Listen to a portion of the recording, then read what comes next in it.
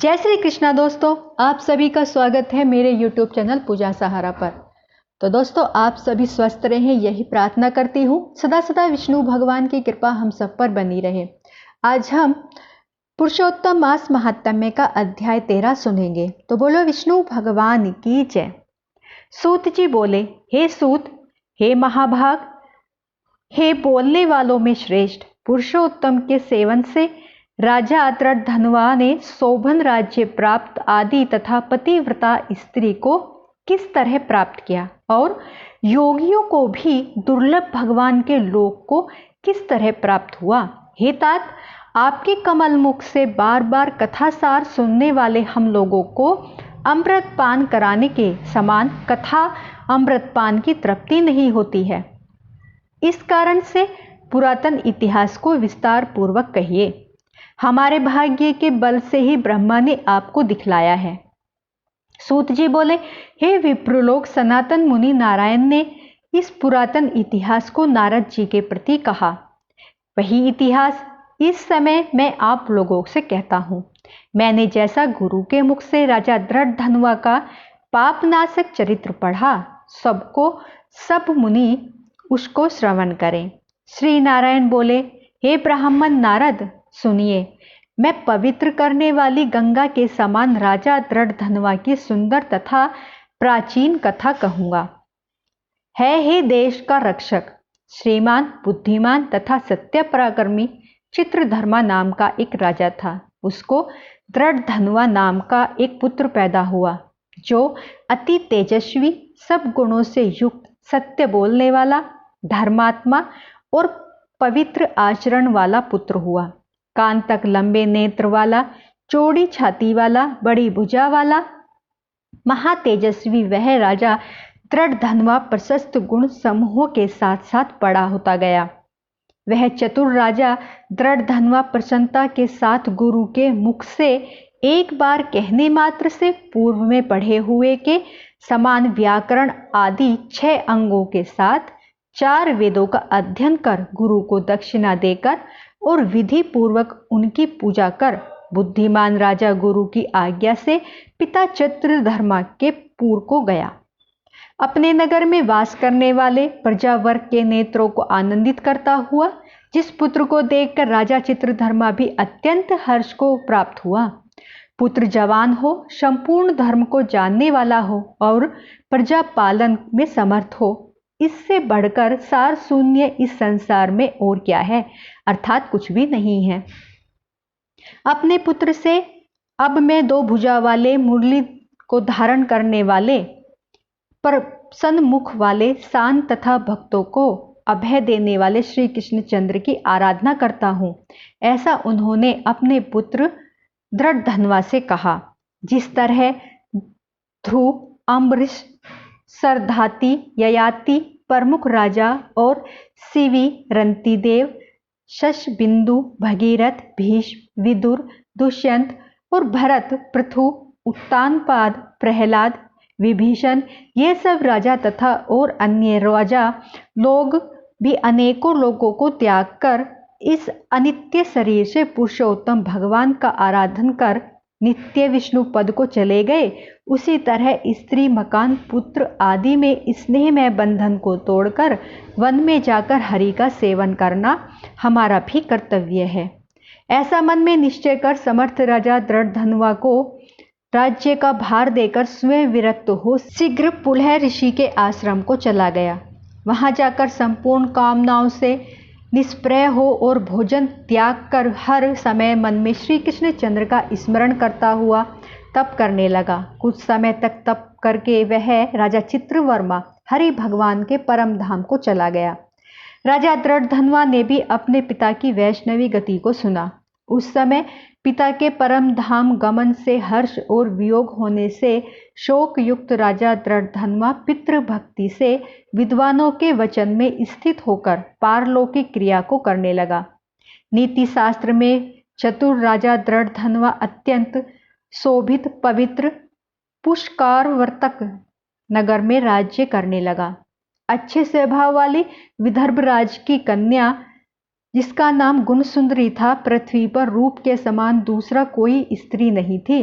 उस गुणसुंदरी ने सुंदर, चतुर, शुभ आचरण करने वाले 4 पुत्रों को उत्पन्न किया और संपूर्ण लक्षणों से युक्त चारुमती नाम की कन्या को उत्पन्न किया।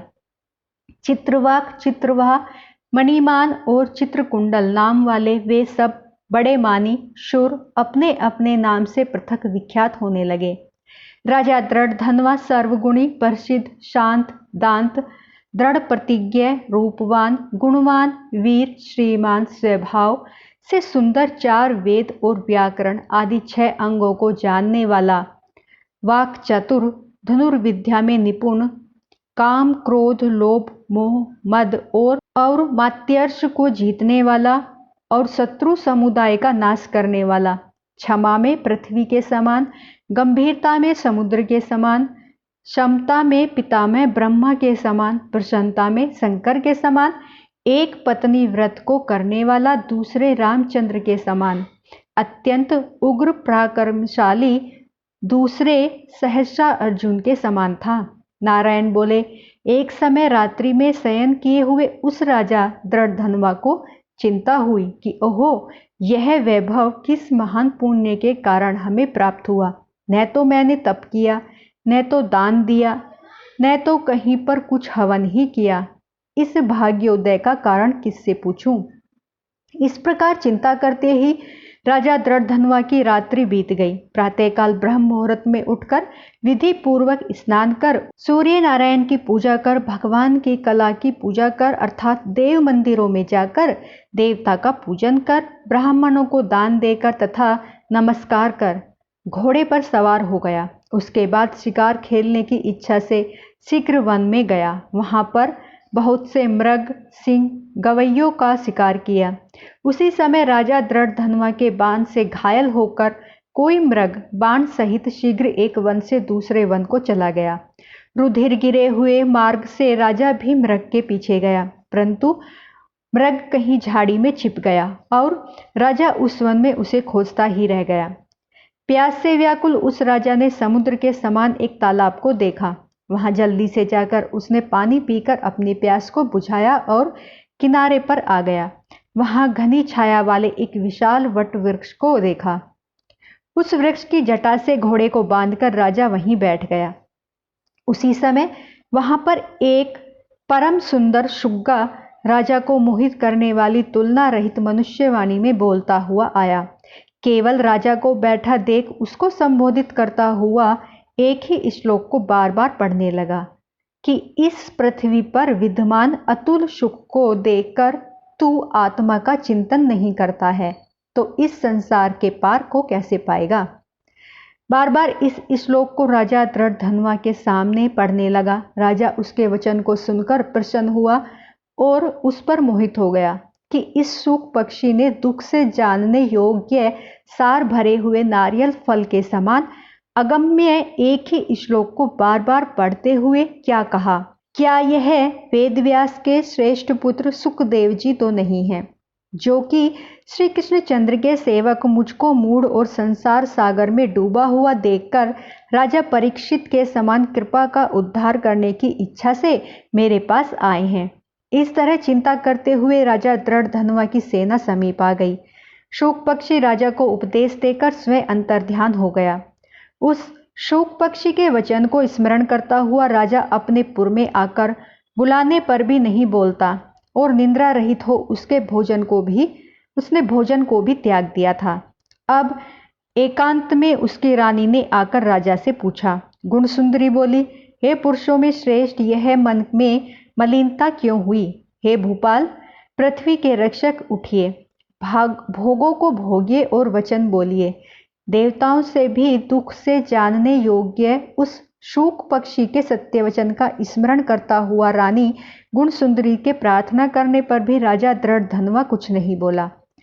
पति के दुख से अत्यंत पीड़ित वह रानी भी दीर्घ श्वास लेकर अपने स्वामी की चिंता में उत्कट कारण को नहीं जान सकी। इस प्रकार चिंता में मगन राजा का कितना ही समय बीत गया, परंतु संदेह सागर से पार करने वाला कोई भी कारण वह देख नहीं सका।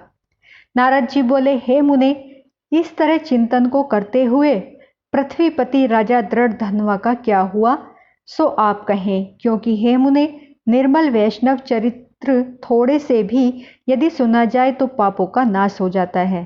तो बोलो विष्णु भगवान की जय, श्री कृष्ण भगवान की जय। दोस्तों आज हमारा अध्याय 13 यहीं पर समाप्त होता है। मेरी वीडियो आपको अच्छी लगी तो प्लीज़ लाइक सब्सक्राइब शेयर जरूर करें। जय श्री कृष्ण।